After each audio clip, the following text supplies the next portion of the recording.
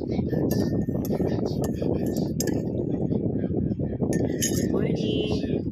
Kape po tayo guys. Yung kape ni Coach Liz is black coffee po talaga. So, nung isang araw, o isang linggo, may nagtanong sa akin kung, pero hindi lang siya, hindi siya bago sa akin guys kasi natanong na to before. So, ang tanong sa akin ng isa ng mga team ko sa TPC, hindi pa na yung pilay ko lang.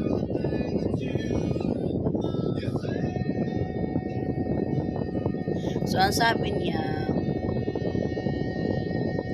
kung nabawi ko na ba daw yung puhunan ko, ang pinagpuhunan ko sa aking TPC Lodi ko siya guys.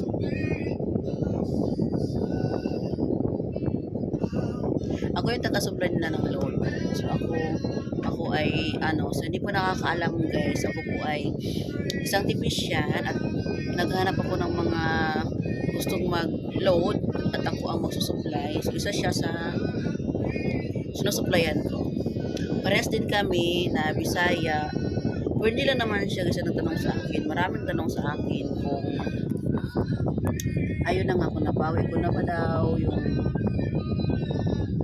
napuran ko doon sa aking buhay TPC. Okay? Sabi yung pang ano. So, nahawakan ko na yung cellphone ko guys kasi gusto kong iangat. Maluktot na ako. So, ang sabi ko sa kanya, hindi ko lang siya basta team ha. Ako kasi, sa mga team ko kasi guys, hindi ko siya tinuturi na ng mga members o mga downloads. Tinuturing ko sila ng mga kaibigan, mga kabiruan. Sa hindi po nakakaalam no, sa GC ko, sa group chat ko, sa TPC, even sa ibang GC namin, sa ibang GC ko guys. Kasi may mga GC rin ako sa mga resellers ko sa mga products online. So, nakipagbiruan din ako sa kanila. May times talaga na higpit ako o strict ako lalo na dun sa gusto kong matuto sila guys. So, nakipagbiruan ako sa mga team ko. Hindi ko sila tinuturi na talaga iba. Tinuturi ko silang pamilya guys. No? So, nakipagbiruan kami. So, isa siya sa mga kabiruan ko kasi Bisaya din siya. Kapres kami Bisaya. So, ang tanong niya sa akin is, Coach, nabawi mo na ba yung pinagpunan mo? Kasi sa totoo lang guys, yung punan ko sa TPC malaki na, no? Malaki na, umabot na siya na.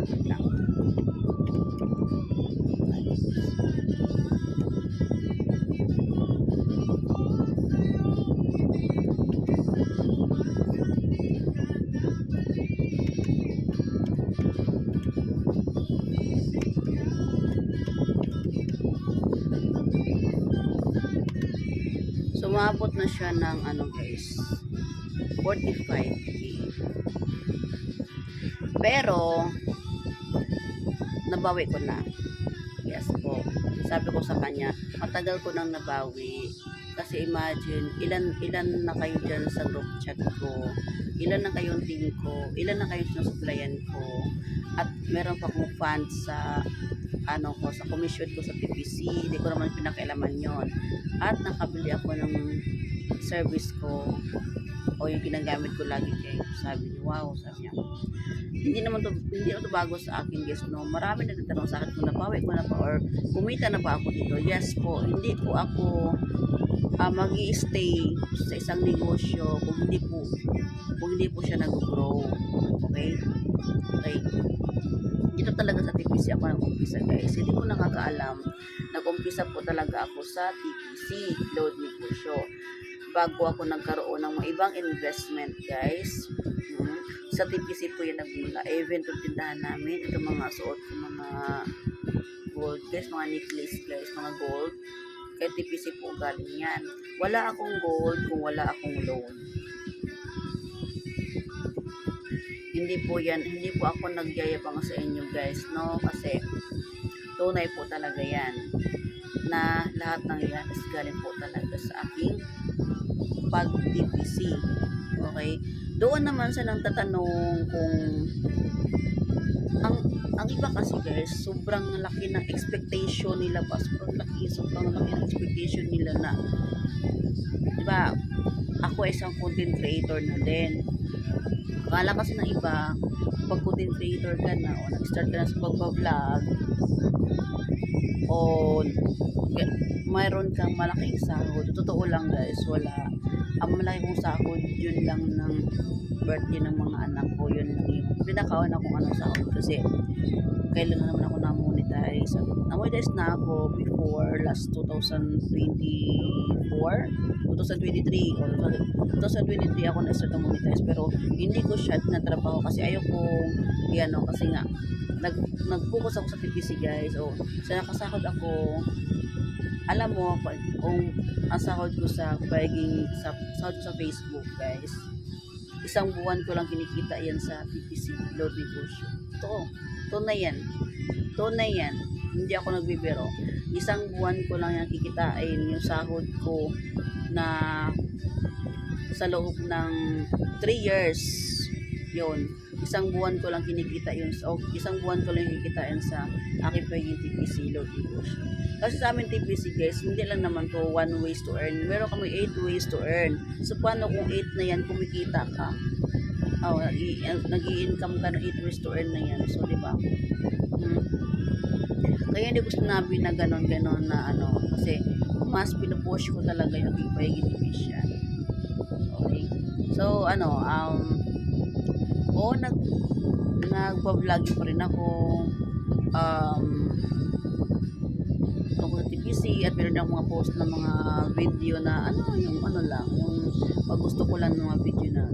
Pero ang TPC po talaga, hindi ko talaga pinapayaan.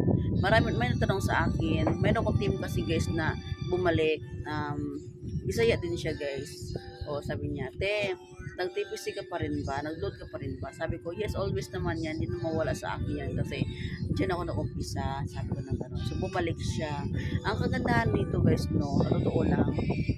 Once na TPCan ka na, once na na-activate yung SIM card mo, TPC Load Negosyo, basta alagaan mo lang yung SIM card mo, pwede kang bumalik anytime. Kahit sinong dealer na gusto mo, sinong gusto mong mag-supply sa'yo. Kahit ayun bumalik sa akin, okay lang yon. Ang akin lang kasi is, ipagpatuloy mo siya, balik ka. Basta yung SIM card mo, alagaan mo lang. Lagi kong sinasabi guys sa team ko na loadan nyo palagi ng regular load ang inyong mga SIM card, o yung hayaan na ma-deactivate. Kasi anytime pwede kayo makabalik sa TPC Load Negosyo kung sakaling kayo ay gusto na bumalik. So bumalik siya. So ayun, nandun ulit siya sa aking group chat guys. Okay? So yung isa din nakagandang TPC, at meron makabalik anytime kasi ang ating membership is lifetime hanggat okay pa yung SIM card mo, at meron na refundable, madami pang iba. Okay? So ayun, na-share ko lang sa inyo kasi sinare ko to dati before sa vlog ko sa YouTube ko. Okay, na ko na to na vlog ko na to sa YouTube ko. So in-ulit lang natin kasi may nagtanong sa akin. So yun lang, until now, yun pa rin ang aking kasi ngayon talaga pinaka-main source ko ang aking load negosyo guys. Mas malakas ang load talaga. Mas malakas ang load, promise. So yun lang. Sa mga prospect ko dyan na ginawan ko pa ng group chat, o kung ready na kayo mag-invest ng inyong 300 pesos, kung ready na kayo mag-TPC Load Negosyo, so pwede na kayo mag-comment doon sa ating group chat kasi ginawan ko ng GC yung aking mga prospect o mga client, kasi para isang turuan na lang ako, nilagay ko sila lahat doon. Kung sino po yung nakapag-decide na mag-join na, so pwede kayo mag-comment lang din doon para hindi na matabunan yung inyong mga message. Kaya sobrang dami ng message kasi natabunan ng iba, hindi ko na mababasa kasi akin kasi mas inuuna ko yung team ko, lalo na yung mga nagpapaload sa akin. Itong cellphone itong gamit ko guys, ilan to, marami tong GC, hindi lang isa, hindi lang dalawa, hindi lang tatlo, madami. Siguro mga 8, mga siyam, anak, ganun. So, pag mag-personal message ko talaga sa akin, himala na lang po talaga yan guys, na mapasa ko agad. Kung hindi ko agad nabasa, ibig sabihin tatapunan yan. So, kung nasa GC ka man, so mas maganda na doon na lang tayo mag-usap sa group chat natin. So, yan lang. Nabawi ko na apunan ko sa BBC, matagal na po.